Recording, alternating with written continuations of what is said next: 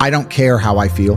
Yeah. I don't care if I feel happy or sad. It doesn't really affect what I do each day. I do the exact same things. I act the exact same way. I don't care. Yeah. I don't put weight to the significance of the emotion. So I always consider myself a happy person, but if I woke up and I was slightly less happy one day than another, it wouldn't affect anything I do, and I wouldn't put any relevance to it. I'm human, and that's life. But truthfully, it doesn't matter if it's getting a girl or it's making money or it's getting status. It doesn't matter what it is. As a man, we live in hyper-competitive environments. I don't think enough men understand how competitive the world is.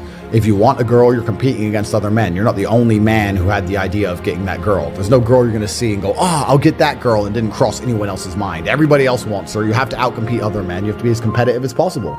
You have to be as successful as possible in all realms. You have to be as good-looking, as funny, as smart, as spontaneous, as interesting, as charismatic, as rich as possible. You need to try very hard to be your absolute best. And as you become a better man, you'll crack through different tiers of attractiveness, and eventually you get to the top and you'll be able to have any girl you want. But the truth is, I have a lot of guys ask me, similar to your question, a guy will come to me and go, how do I get a girl? I'm like, bro, you're a loser. Yeah, but I know, but how do I get a girl? Well, you're a fucking loser. You're a loser. Why are you asking me? It's like saying, how do I win a race with a push bike? You're racing Ferraris. What do you want me to do? Yeah. There's only so much you can do. There's only so hard you can pedal. There's only so many tricks and tips. There's only so many game things you can say, so many pickup lines. If you're a loser, it's going to be very, very difficult, and it's going to get harder and harder. The game is rigged to become harder and harder for men. It's not getting easier. It's going the other way. And if you're going to be on a racetrack and there's going to be Ferraris there, and you're going to be on a pedal bike or in a Nissan, you're going to get smoked.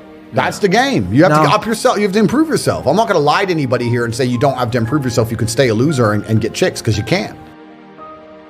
I don't understand how many humans function in the world today. I don't get people who don't think like me. I don't understand it. I'm like, well, then how have you survived this long? Life is hard. Life is difficult. Maybe I've just been unlucky, which I don't believe in, but I've had so much trauma and bad events and negativity and stress and all these things that have happened to me, and I've used all of it to be monumentally successful.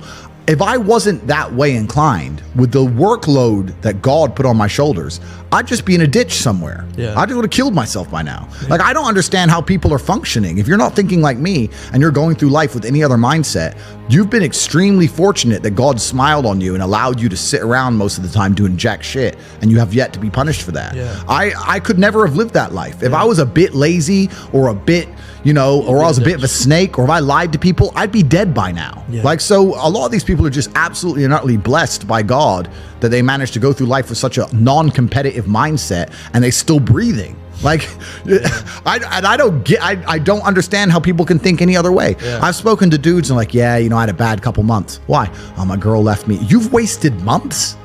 You've wasted months over some. Like, you had think of how much God loves you to have given you the grace and given you the opportunity to waste months of human time over some chick.